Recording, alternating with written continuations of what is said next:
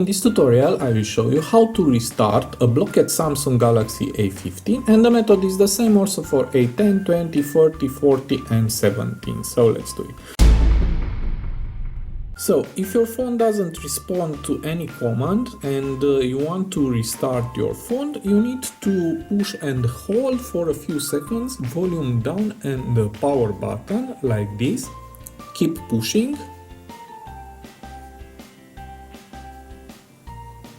And now, as you can see, my phone has restarted. Just wait for a few seconds.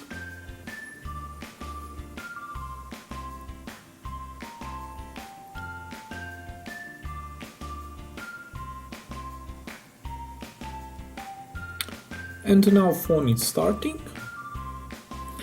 And as you can see, now my phone works and everything is okay. So I hope this tutorial to be useful for you, and see you to the next tutorial. Have a nice day.